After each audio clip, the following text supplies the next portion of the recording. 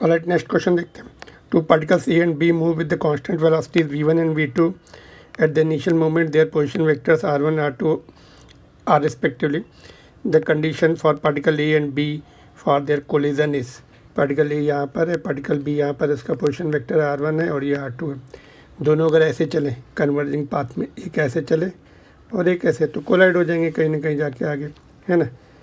तो एक की स्पीड v1 है, तो वो कितना डिस्टेंस ट्रेवल करेगा, v1 इंटू टी, है ना. बी की स्पीड v2 है, वो कितना डिस्टेंस ट्रेवल करेगा, v2 इंटू टी. दोनों एक साथ चले, एक टाइम पे कोलाइड होंगे, तो दोनों का रिजल्टेंट देखो ये आ जाएगा, दोनों का वेक्टर सम इक्वल आएगा. ठीक है, तो vector sum will be equal. इसका वेक्टर सम कितना होगा, r1 plus v1 into T. Vector sum are equal r1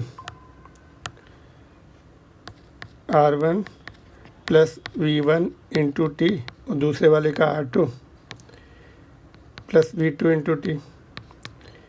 r1 r2 को एक तरफ कर लिया, v1 v2 को एक तरफ कर लिया, तो ये v2 minus v1 into T.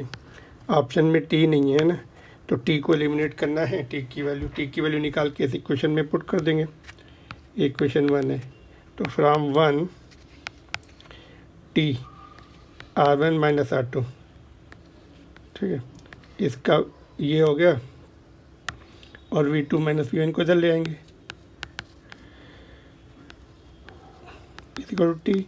अब ये दोनों वेक्टर है, तो वेक्टर का डिवीज़न नहीं होता, वेक्टर के मॉड का डिवीज़न होता है ना. वैसे भी टाइम स्केलर क्वांटिटी है, तो इनके मॉड को, टाइम जो है इनका मॉड देगा. इसको हमने नीचे ले आए, यहाँ पे ले आए और मॉड ले लिया. अभी टी की वैल्यू यहाँ पुट कर दो.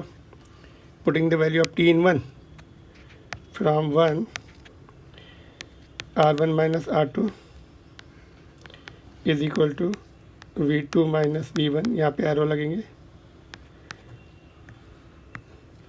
टी की वैल्यू पुट कर दी, r1 माइनस r2 का mod divided by v2 minus v1 का मॉड. अभी r1 वाले टर्म एक तरफ कर लिए, मॉड इधर ले आए हम नीचे, r1 माइनस r2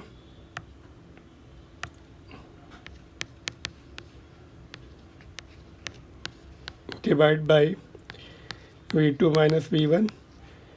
अच्छा, is equal to v2 minus v1 और डिवीजन ये आ जाएगा v2 का एंड v1 के डिफरेंस का मॉड. तो ऑप्शन नंबर कौन सा दिख रहा है, 2.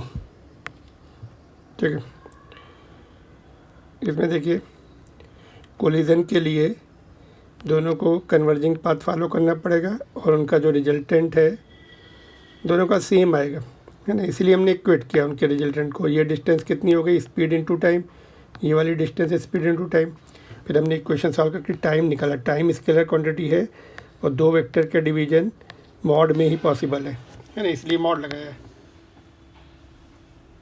तो टी की वैल्यू इक्वेशन 1 में पुट कर दी, आंसर नंबर 2 आ गया.